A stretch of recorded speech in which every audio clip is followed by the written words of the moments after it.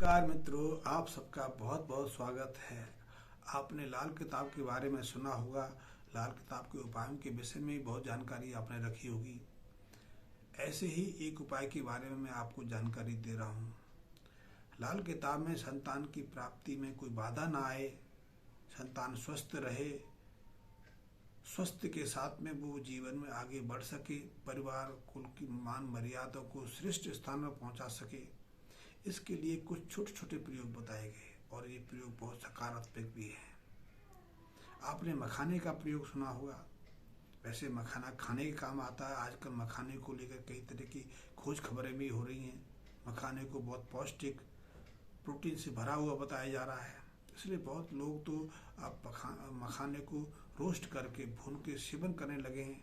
कुछ लोग वजन घटाने के लिए मखाने का प्रयोग करते हैं, कुछ लोग प्रोटीन की प्राप्ति के लिए मखाने का प्रयोग करते हैं। लेकिन लाल किताब ने मखाने का संबंध बुध और शुक्र का मिलन कराने के लिए बताया गया है और ये बहुत गहरा प्रयोग है। लाल किताब में बुध को कुंवारी कन्या का प्रतीक बताया है, लेकिन जब कुंवारी कन्या वयस्क हो जाती है, विवाह हो जाता है, तो वो स्त्री के रूप में परिवर्तित हो जाती है, तब वो शुक्र का रूप धारण कर लेती है। और इसीलिए वैवाहिक कार्य के समय, विवाह के समय विशेषकर अन्य चीजों के साथ में मखाने का विशेष प्रयोग होता है। विवाह से पूर्व जो वधू होती है उसके पल्लू में मखाना बांधा जाता है। जब विदाई होती है तो मखाना कुछ जो पैसे सिक्के होते हैं उनके साथ फेंका जाता है, बांटा जाता है। मखाने का खाने पीने के रूप में कई बार से प्रयोग होता है।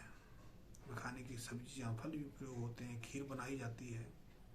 लेकिन ऐसे मांगलिक कार्यों में मखाने के प्रयोग से एक प्रयास रहता है और ये प्रयास बहुत वैज्ञानिक है। ये प्रयास है बुध और शुक्र के मिलन करने का।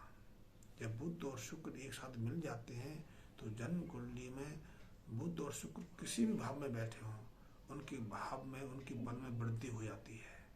तो इससे एक तरफ तो संतान गर्भ स्थापना में परेशानी नहीं होती, संतान की प्राप्ति में किसी तरह की रुकावट नहीं आती, संतान का जन्म सहजता से बिना किसी कष्ट के, बिना किसी परेशानी के हो जाता है।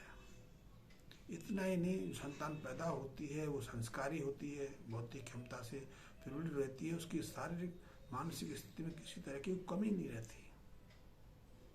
इसलिए मखाने का प्रयोग ऐसे मांगलिक कार्यों में बहुत अनिवार्य बताया गया है। मखाने का प्रयोग यदि संतान हो जाए उसके बाद भी बताया गया है। वैसे तो ऐसा कहते हैं कि वैवाहिक जो दंपत्ति, जो नव दंपत्ति है, उसके भोजन में, उसके खान पीन में मखाने का विशेष प्रयोग होना चाहिए। इसीलिए जब कभी हमारे घर में कोई मांगलिक कार्य होता है, कोई शुभ कार्य होता है, कोई तीज त्योहार पड़ता है, तो खीर में मखाना विशेष रूप से प्रयुक्त होता है। उसका एकमात्र कारण यही है कि जो नव दंपति है उनके अंदर संतान पैदा करने की क्षमता जो अपने चरम स्थिति में हो, और यदि गर्भ स्थापना हो जाए तो मखाने का विशेष सेवन कराया जाता है। मखाने का कई अन्य जो ड्राई फ्रूट्स होते हैं उनके साथ विशेष रूप से प्रयोग कराया जाता, ताकि गर्भ के दौरान कोई किसी तरह की परेशानी ना हो, गर्भ का विकास समान रूप से हो सके। फिर जब प्रसव की क्रिया की शुरुआत होती है तो विशेष रूप से मखाने का प्रयोग होता है। वैवाहिक कार्य के समय तो मखाने का प्रयोग एक पवित्र वातावरण बनाने के लिए होता है, क्योंकि वैवाहिक कार्य के बाद दंपत्ति के अंदर मतभेद पैदा ना हो। तो इसलिए मखाने को आंचल में बांधना, वधू की विदाई के समय मखाना उछालना, वर के लिए विशेष स्वागत सत्कार में मखाने का प्रयोग होना, और जब वधू अपने घर पहुंच जाए, ससुराल पक्ष में प्रवेश करे, तब भी उसके स्वागत सत्कार के लिए मखाने का विशेष प्रयोग होता है। तो ये बुध और शुक्र के मिलन से उनके भावी दाम्पत्य जीवन में सुख संपदा भरने के प्रयोग होते हैं। स्थापना को सुगम बनाने के लिए संतान की उत्पत्ति सहजता से हो जाए, इसके लिए भी मखाने का विशेष प्रयोग होता है। इसलिए लाल किताब में मखाने का बहुत अद्भुत संतान की प्राप्ति के लिए लाल किताब में वैसे संतान का कारक केतु को माना गया है, लेकिन संतान की प्राप्ति सहजता से हो सके उसके लिए जन्म कुंडली में शुक्र का प्रबल होना बहुत आवश्यक है। और शुक्र अपनी स्थिति में तो रहते ही रहते हैं, जब बुध शुक्र का मिलन हो जाता है तो शुक्र की प्रबलता बढ़ जाती है, गर्भ स्थापना का काम सहजता से हो जाता है। आधुनिक खोजें क्या कहती हैं वो एक अलग प्रश्न है। आधुनिक खोजें भी कहती हैं कि मखाने में विशेष प्रोटीन कण रहते हैं, लेकिन ये तो मैं सैकड़ों वर्षों की बात कर रहा हूँ। सैकड़ों हजारों वर्षों से हमारे देश में मखाने का विशेष प्रयोग होता है, और मखाने का प्रयोग उसी उम्र में होता है जब हम जवानी के अपने शीर्ष पर रहते हैं, जब विवाह के बाद नव दंपत्ति घर वापस आते हैं, क्योंकि उनकी संतान की प्राप्ति सहजता से हो, संतान निरोगी रहे, बुद्धि क्षमता में अपने शीर्ष पर रहे। तो संतान की प्राप्ति के लिए शुक्र का प्रबल होना बहुत आवश्यक है। इतना ही नहीं, शुक्र को यदि सूर्य, मंगल और बृहस्पति का सहयोग मिल जाए तो संतान की प्राप्ति तो बिना किसी कष्ट, बिना किसी रुकावट के सहजता से हो जाती है।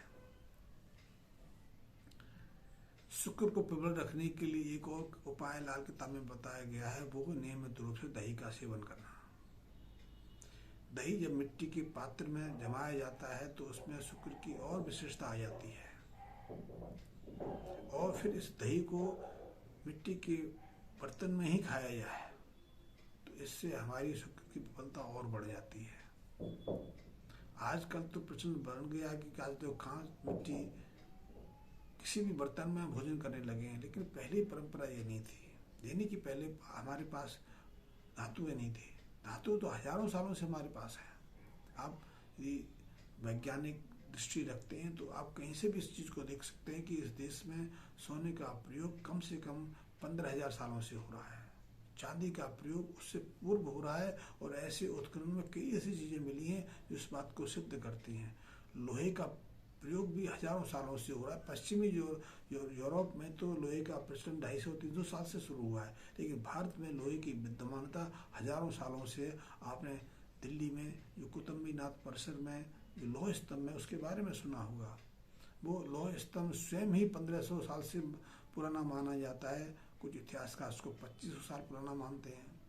और ऐसी सैकड़ों चीज़ें हमारे पास उपलब्ध हैं जो इस बात को बिल्कुल सटीक साबित करती हैं कि हमारे यहाँ धातु का प्रयोग पिछले हजारों सालों से होता रहा है।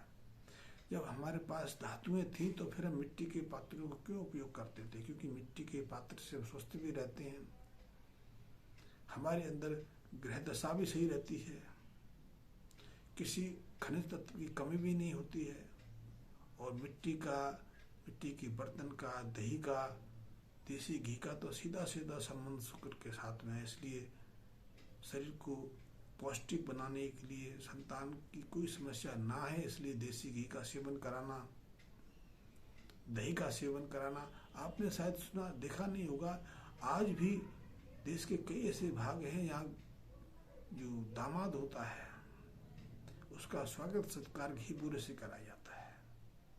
उसके पीछे तर्क क्या है? तर्क एक ही है कि उसका शुक्र प्रबल रहे, इसलिए उसका दाम्पत्य जीवन तो खुशहाल संतुष्टिपूर्वक व्यतीत हो, उसके अंदर पौरुष शक्ति की भी कोई कमी ना हो, उनको संतान की सहज प्राप्ति हो जाए। तो ऐसे बहुत सारे छोटे छोटे प्रयोग लाल किताब में हैं। मैं लाल किताब को इसलिए कहता हूँ कि मैं प्रैक्टिस लाल किताब से करता हूँ, लेकिन ज्योतिष का एक प्रारूप है। ज्योतिष तो हमारी बुद्धि के अंदर, हमारे पूरे समाज में विभिन्न रूपों में विद्यमान है। इसलिए किंवदंतियां हैं, छोटी छोटी बातों में, छोटे सूत्रों में ज्योतिष को, विज्ञान को हमने प्रभावित किया है। और इसीलिए आज तक अनंत काल में विषम स्थितियों का सामना करते करते भी हमारे पास अपने प्राचीन विज्ञान रहा है, उसके आज भी सबूत मिल जाते हैं। तो मैंने एक छोटा प्रयोग करके आपको बताया, आप करके देखिए। यदि आपके अंदर पौरुष शक्ति की कमी है, आपके बच्चे पैदा करने में परेशानी आ रही है, या बच्चे आपके आज्ञाकारी नहीं, आपकी बात नहीं मानते, या उनकी मानसिक रूप से कोई परेशानी है, तो आप स्वयं सेवन करें, बच्चों को सेवन कराएं, और इस छोटे से उपाय के माध्यम से आप अपने बच्चों के स्वास्थ्य, मानसिक क्षमता में वृद्धि कर सकते हैं। धन्यवाद।